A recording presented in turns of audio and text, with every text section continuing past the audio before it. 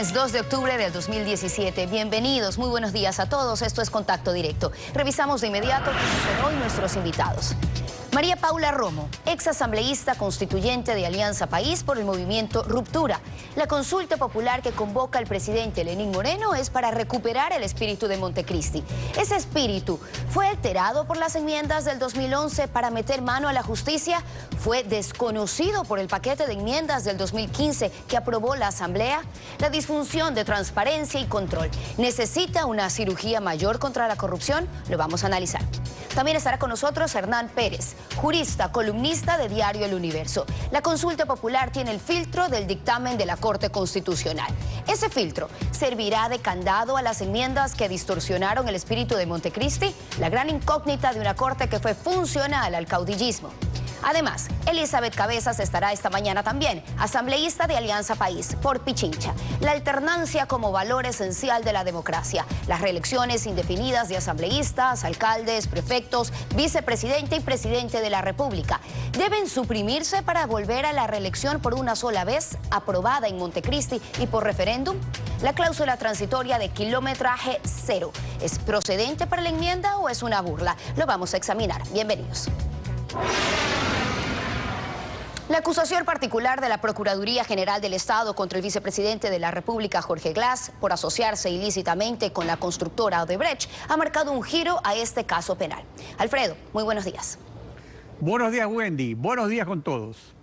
En acusación de 71 páginas, la Procuraduría detalla las pruebas y la ruta del dinero de esta asociación con Odebrecht que, según señala en las páginas 6, entre el 2010 y el 2017, habría mantenido una red de corrupción con servidores públicos de Refinería del Pacífico, Corporación Eléctrica del Ecuador, Petroecuador, Senagua, Ministerio Coordinador de Sectores Estratégicos, Vicepresidencia de la República y Contraloría General del Estado para ser adjudicataria y beneficiaria de proyectos emblemáticos de los sectores estratégicos. Históricamente, los casos de delitos contra el Estado han tenido y tienen dos escenarios, el político y el judicial. En consecuencia, dos soluciones. La sanción política tuvo que darse en las urnas electorales, pero faltaron 100.000 votos. Ese resultado electoral es el padre del diálogo, de la consulta y del proceso judicial, de acuerdo a la tradición de la República de papel. La sanción política de perder el cargo a la larga debilita al caso judicial porque éste se negocia. Tal como están las cosas, Jorge Glass, en su perfil de peleador callejero, ha roto la rutina histórica de la fuga, por lo cual la incomodidad de su presencia aún le permite patalear por una solución judicial. Si se ordena su prisión y huye, la solución política es la más cómoda. Se evita el juicio político y es destituido por abandono del cargo. Si se queda, no saben qué hacer con él, pero corre el riesgo de que el dictamen fiscal acusatorio sea por delitos imprescriptibles que fundamentan el juicio político y la censura, con una coreografía de ropa tendida que puede hacer tambalear al proyecto político. Este es su as bajo la manga, a fin de negociar, con su eventual renuncia, una pena moderada como las que históricamente ha habido siempre desde la venta de la bandera. Está claro entonces que la mitológica caja de Pandora no libera aún todos los demonios, pero queda en el fondo de la caja el espíritu de la esperanza. Este es el espíritu de la esperanza. Veamos. No insulten la inteligencia del pueblo. No sean sinvergüenzas. No sean sinvergüenzas. No sigan defendiendo a los corruptos. No, no, señor. Si usted es honesto, libérese de ellos. Porque si no, llama a la duda, pues. Llama a la duda. Si es que se lo sigue defendiendo, se llama a la duda. Hasta yo desconfío, pues. Y en ese momento veo que a lo mejor se viene a construir un esquema mafioso de terror en el que a lo mejor había más de un involucrado. No, no y mil veces no. No vamos a dar la espalda a la responsabilidad de encarar con firmeza cada uno de estos problemas y además de enfrentarlos con la única forma de enfrentar la mentira. La conclusión sería: pierdan el miedo al juicio político. La revolución se purifica. La actualidad, los protagonistas, el análisis y la información. En Contacto Directo.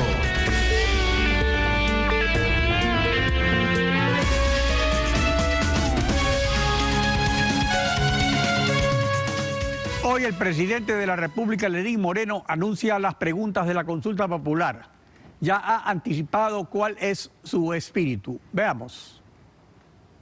Este jueves 28 de septiembre se cumplirán 9 años de la aprobación de la Constitución de Montecristi. Queremos volver a ella, recuperarla en esencia. Esa nuestra Carta Magna que consagra un conjunto riquísimo de derechos, catalogado como una de las más revolucionarias y ahora referente para la democracia en muchos países. No olvidemos que su aprobación representó un momento de unidad en el país, de democracia y de respeto mutuo. Con la consulta popular vamos a retomar ese espíritu de participación ciudadana y de libertad. María Paula Romo, ex asambleísta constituyente de Montecristi por ruptura, aliada de Movimiento País. Buenos días, bienvenida a Contacto Directo. Buenos días, Alfredo, muchas gracias por la invitación. La Constitución de Montecristi ha tenido 2 reformas por la vía de las enmiendas: referéndum de 2011 y paquete de la Asamblea en 2015. Esas reformas establecieron progresión de derechos, mejoraron el sistema de gobierno.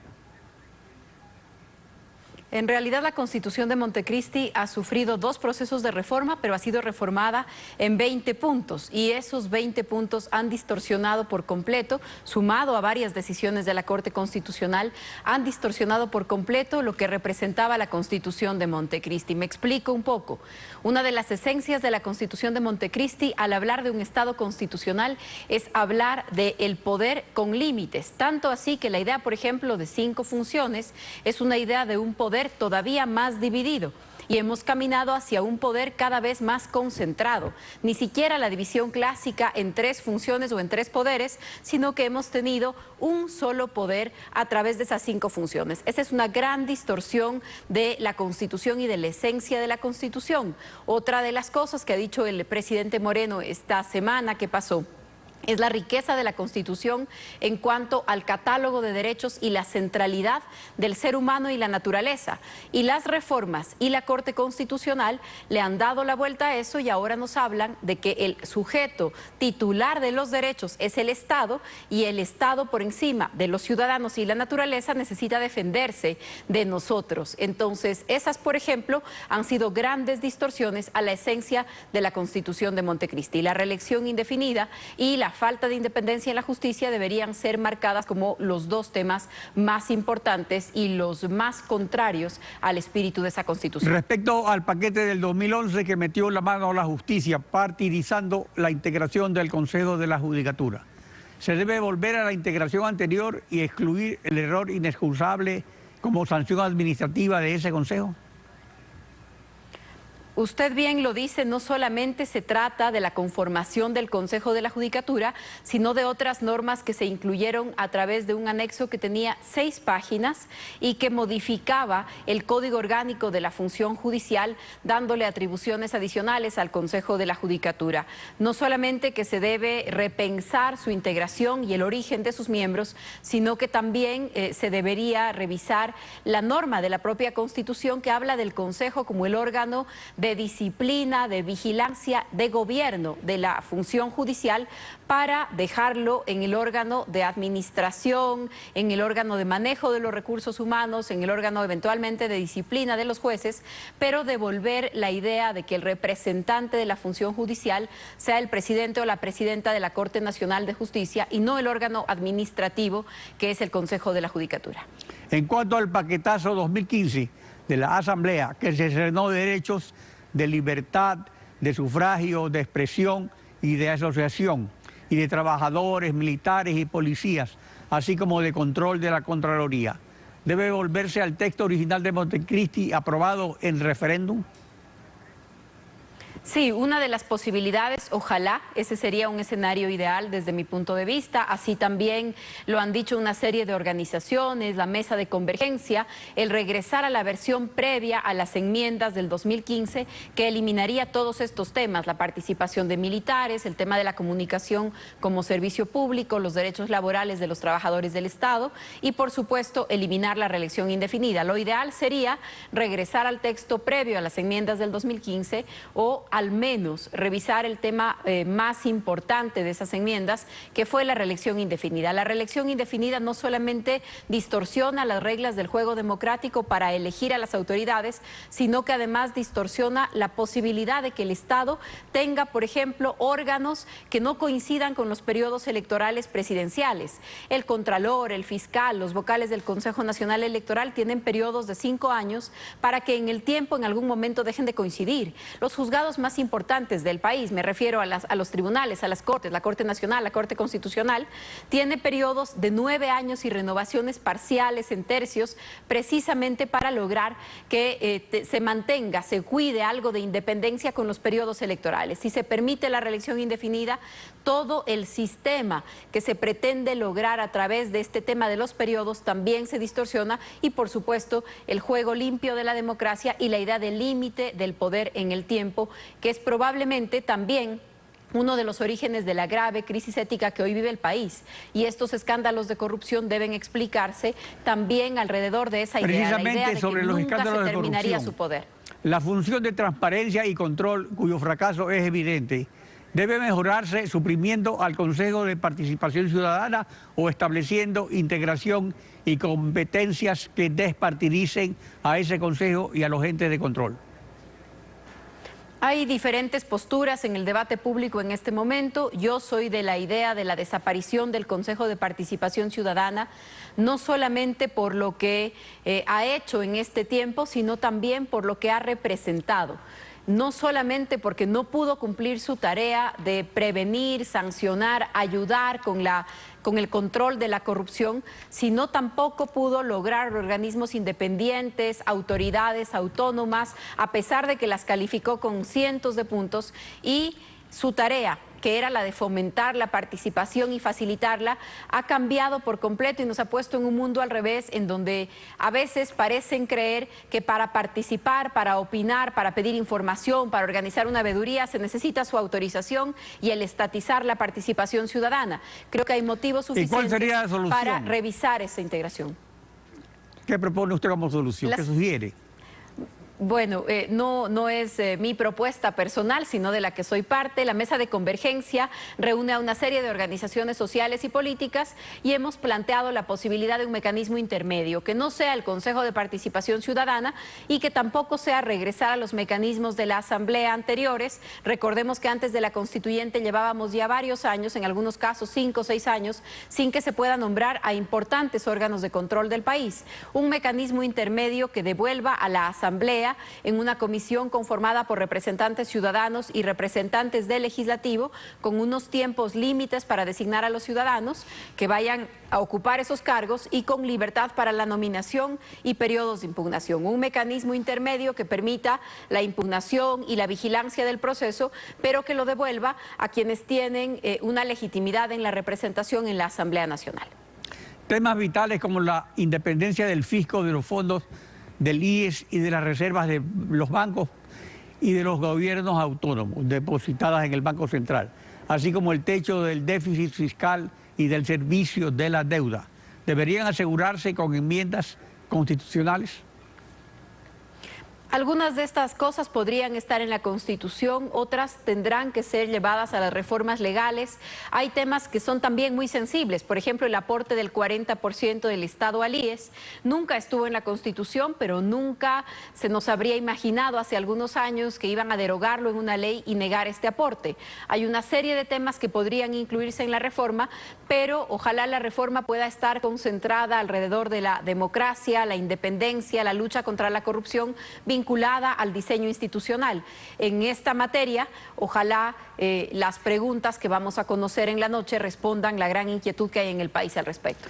María Paula Romo, ex asambleísta constituyente, gracias por acompañarnos en Contacto Directo. Muchas gracias. Wendy. Al volver, Hernán Pérez, jurista, columnista de Diario El Universo, estará con nosotros. El filtro de la Corte Constitucional para la consulta popular. Si la consulta es una iniciativa presidencial, ¿la Corte es un candado infranqueable? ¿La aprobará sin modificaciones? ¿La demorará? Regresamos con ese análisis. Siga con nosotros.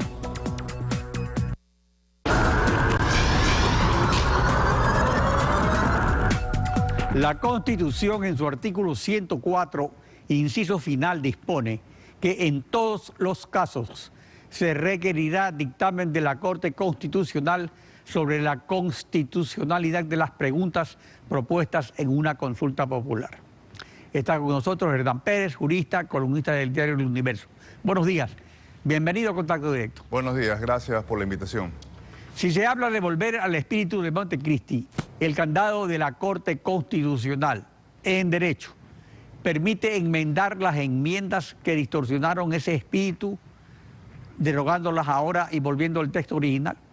Sí, en efecto, uno podría, el procedimiento podría ser que se deroguen las reformas constitucionales introducidas en las dos últimas reformas que han habido, en las enmiendas, y que el texto original sea restituido. Sin embargo, ese texto restituido no revive automáticamente, tendría en la consulta que incluirse nuevamente el texto que se va a incluir en la Constitución.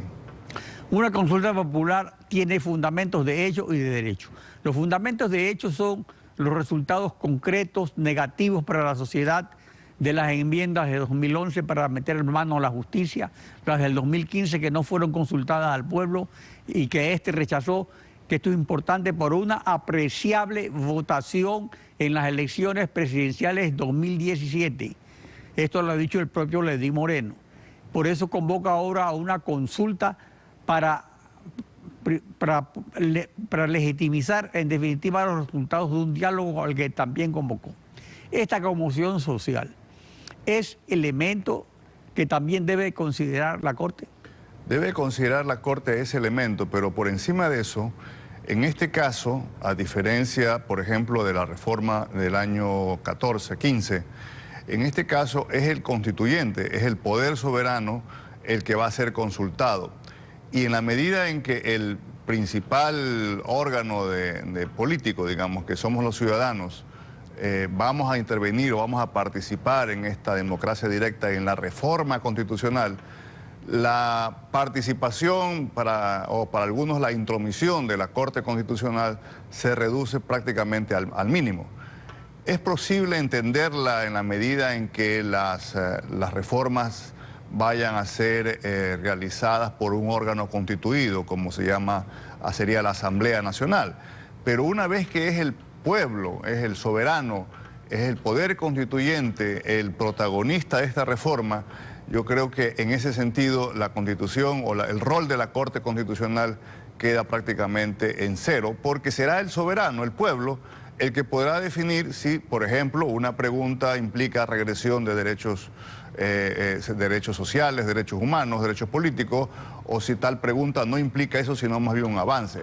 Ese es un juicio de valor que debe estar en manos del pueblo y no en manos de un órgano constituido como es la Corte Constitucional.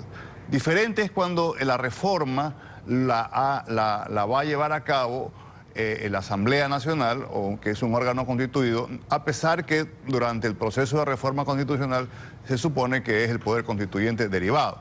Pero en este caso, le repito, siendo el poder constituyente original el que va a protagonizar la reforma en un diálogo, como usted bien lo ha dicho, entre el presidente elegido por el pueblo y el propio pueblo, yo creo que el rol de la Corte Constitucional queda prácticamente a meras formalidades. Suprimir el Consejo de Participación Ciudadana como parte de la función de transparencia y control afecta a la estructura de la Constitución y a los elementos constitutivos del Estado. ¿Se necesitaría una constituyente para suprimir ese poder? No, esa es me parece que es una exageración, un extremo, un absurdo inclusive. Para comenzar, el Estado lo que tiene son elementos constitutivos, no tiene una estructura.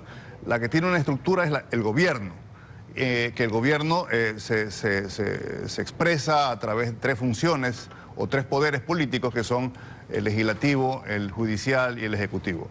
Eliminar, reformar, cambiar un órgano del Estado simplemente no es realmente un cambio que afecta a la estructura total del Estado. Simplemente el Estado ecuatoriano seguirá siendo un Estado unitario, seguirá siendo un Estado democrático, seguirá siendo un Estado plurinacional, según el artículo 1.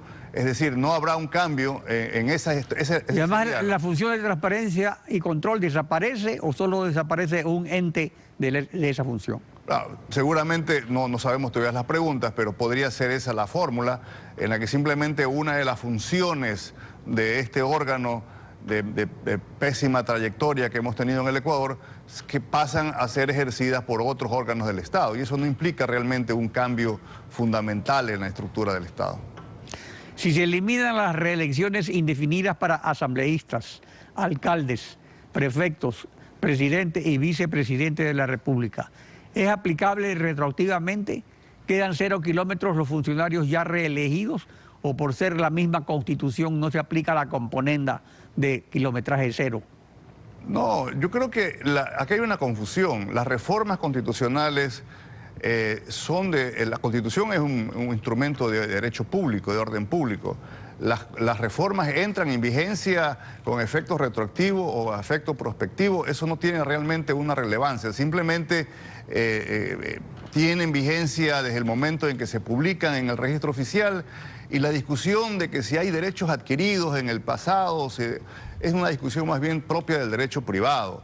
En el derecho público, son reformas de orden público, yo no veo cómo puede alguien decir que simplemente no se aplican hacia atrás y no hacia adelante, y entramos en ese tipo de manoseos. Yo creo que en el Ecuador se ha madurado ya, eso es lo suficiente. Yo no veo la posibilidad de que puedan limitarse simplemente a reformas hacia adelante y no hacia atrás. Esa discusión me parece un poco innecesaria y hasta prácticamente inútil.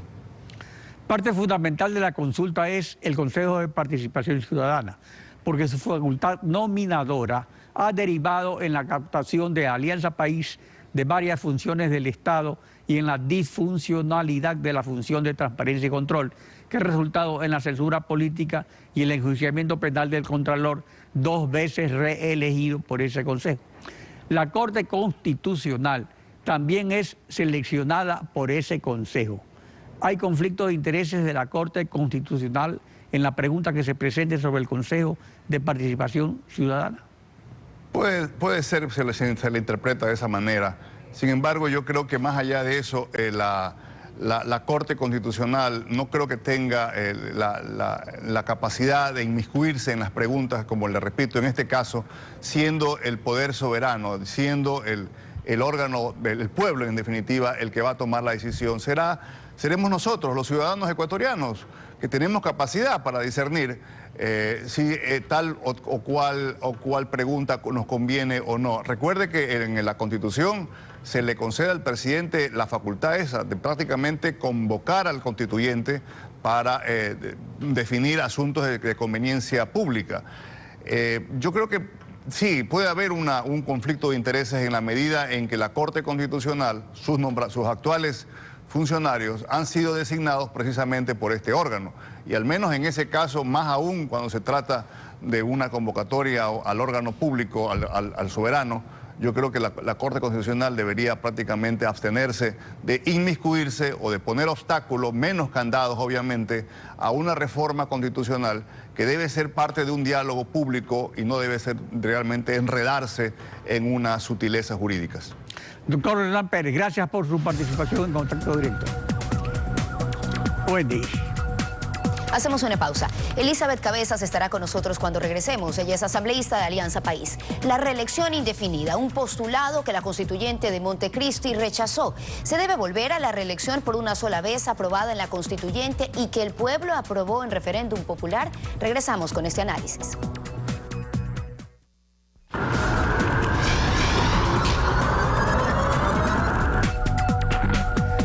Respecto a la reelección por una sola vez establecida por la Constitución de Montecristi, Johnny Terán, del Partido Social Cristiano, alcalde de Babahoyo 2 veces antes de Montecristi y ahora en su primer mandato con la Constitución vigente. El viernes, en Contacto Directo, señaló lo siguiente. Veamos. Fue un acuerdo que se dio en el 2008 de que solamente haya una sola reelección. Fueron acuerdos entre las asociaciones de municipalidades, las prefecturas, los sectores políticos y se definió aquello. Una vez que el gobierno tuvo todos los poderes, hizo lo que ha venido haciendo durante 10 años. No respetar la Constitución, no respetar las leyes. Es importante de que esto se corrija porque fue arbitrariamente puesta. Cuando se aprobó la Constitución, todos comenzamos de cero. Yo tengo recién un periodo, fui hace poco tiempo asambleísta, luego ahora alcalde, pero mucho ojo, porque hay algunos actores políticos que quieren poner una trampa, de que quieren hacer la reforma, pero todos quieren comenzar de cero de nuevo. Cuidado, sea una trampa y caemos de nuevo en lo mismo. Elizabeth Cabezas, asambleísta por Pichincha de Alianza País. Buenos días. Bienvenida a Contacto Directo. Muchísimas gracias, muy buenos días, Alfredo.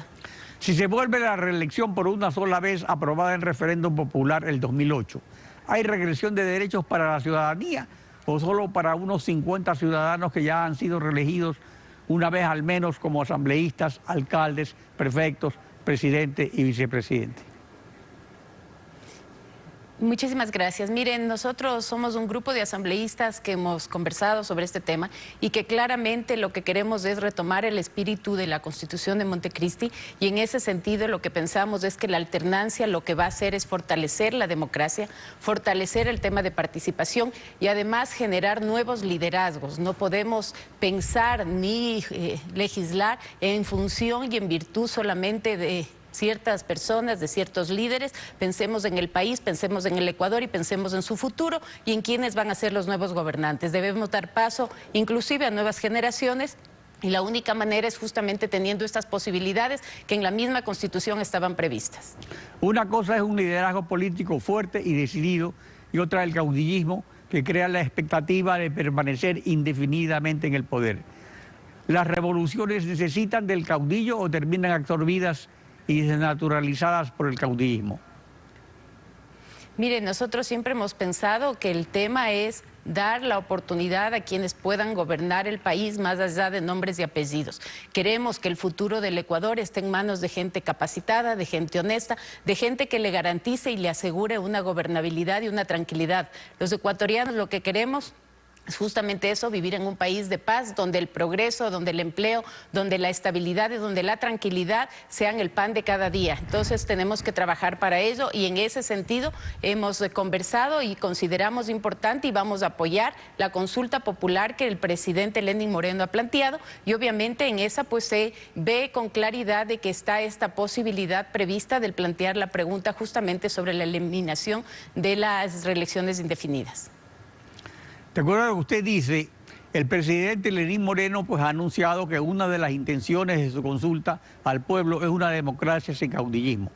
La reelección consecutiva e indefinida que nunca antes existió en la República y que no se aplica todavía realmente porque Correa no se lanzó pues, a la nueva reelección. ¿Es un nicho de caudillismo que debe evitarse? Bueno, estamos ya ratificando, nos interesa el tema de la alternancia. Definitivamente ningún país puede vivir solamente bajo los mandos de una sola persona y más bien el interés es promover nuevos liderazgos, nuevas figuras y la única forma es dando la oportunidad para que estas personas y estos jóvenes, que en el país hay muchísima gente brillante, pueda asumir esos liderazgos y esos grandes retos de conducir el país hacia nuevos objetivos y hacia nuevas metas. Respecto a los otros temas de la consulta, en cuanto a la función de transparencia y control, ¿qué es lo que en Alianza País se ha pensado que podría ser lo más adecuado? ¿Suprimir o reformar las competencias del Consejo de Participación Ciudadana?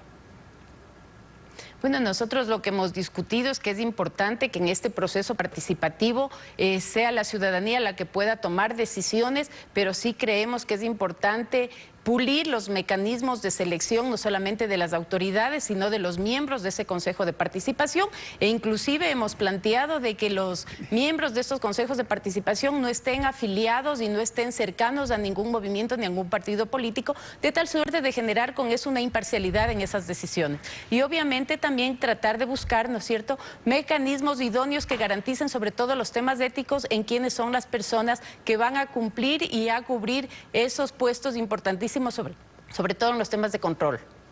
Es decir, que serían dos partes. Primero, una que se refiere a la integración de este quinto poder ciudadano, que sea realmente ciudadano y no como es actualmente, que es compartido por el Estado. Y segundo, establecer requisitos para la nominación de las autoridades de los entes de control que lleven a una despartidización o ciudadanización de esa función del Estado. Esa sería la idea entonces. Efectivamente, mire que en el checklist de requisitos de las personas que van a cumplir con las funciones tan importantes como el contralor, el fiscal, jamás se evalúan los temas éticos y de antecedentes. Yo creo que ese debería ser la columna vertebral para que una persona ocupe un cargo de tanta responsabilidad y en el cual su función, ¿no es cierto?, es primordial para garantizar temas de transparencia y temas de buen manejo de todo lo que son las instituciones públicas. Ahora, estos temas han sido realmente ignorados en la Constitución de Montecristi y se dejó el espacio abierto para que incluso a través de reglamentos que dicta el Consejo de Participación Ciudadana para cada caso, cada elección, cada candidatura o del Consejo Electoral o del Consejo de la Judicatura o de Contralor, etcétera, se apliquen reglas diferentes. Entonces la idea sería más bien constitucionalizar estos requisitos para que queden así las reglas bien claras y precisas y no sean luego cambiadas por disposiciones de rango inferior. Mire, creo que lo importante es la decisión política que se tenga sobre este tema. Puede estar en la Constitución, eso sí es una garantía, pero muchas veces hemos visto que cosas que están en la Constitución no necesariamente han sido cumplidas con ese espíritu que fueron hechas. Entonces, me parece que es importante la decisión política, el afán de transparentar todos estos procesos, de tener realmente gente que con ética y con valores pueda dar ejemplo de lo que tiene que ser la función pública y indispensable decir, ¿no es cierto?, que sean personas que además hayan sido probas en el ejercicio de sus funciones. Ahora, respecto a un tema adicional, que es lo que ha sido materia de los diálogos en el Consejo Consultivo, Productivo y Tributario. Hay algunos temas que se consideren necesarios para reforzar el sistema de dolarización, que es una intención del presidente Lenín Moreno y que siempre ha sido también proclamado como una intención de Alianza País. Por ejemplo, respecto al techo del servicio de la deuda, no de la deuda en sí, sino del servicio de la deuda. Respecto, por ejemplo, al déficit fiscal, ¿ayudaría esto en el futuro a que la economía del país se maneje de mejor manera? Mire, creo que es importante comentar que hay yo diría un objetivo claro, que es el tema de mantener la dolarización. Y en esa línea, todas las acciones que se puedan realizar para garantizar que la dolarización esté protegida son importantes. Hay que cuidar muchísimo el tema de la balanza de pagos, hay que cuidar muchísimo que el tema de importaciones no sobrepasen los recursos que por exportaciones del país recibe, y hay una cantidad de acciones y de medidas que el gobierno tiene que valorarlas y asumirlas para proteger el tema de la dolarización, que nos ha dado estabilidad y que sobre todo ha generado confianza en la ciudadanía, y eso es lo más importante. Elizabeth Cabezas, asambleísta de Alianza País, en Contacto Directo. Gracias por participar con nosotros. Wendy. Gracias, Alfredo. Buenos días. Alfredo, solo queda despedir, invitarlos mañana a las 7 de la mañana nuevamente aquí en Contacto Directo. Mañana continuamos rayando la desinformación en Contacto Directo.